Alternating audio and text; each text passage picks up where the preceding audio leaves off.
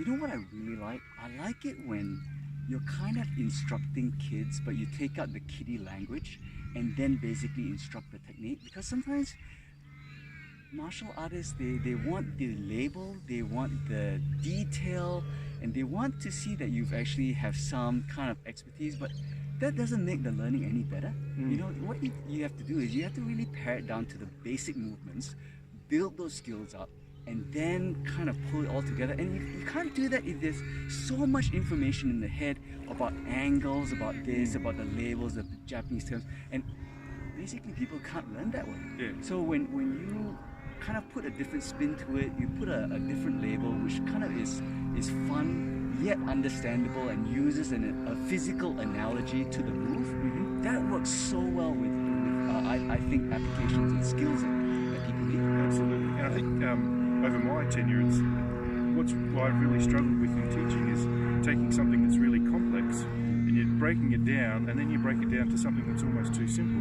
and you've got to rebuild it up. So I think you start somewhere in the middle, and people kind of bring it together themselves. I think that's the most important thing is, in my experience, I've got to bring it together for myself, otherwise I don't really own the technique.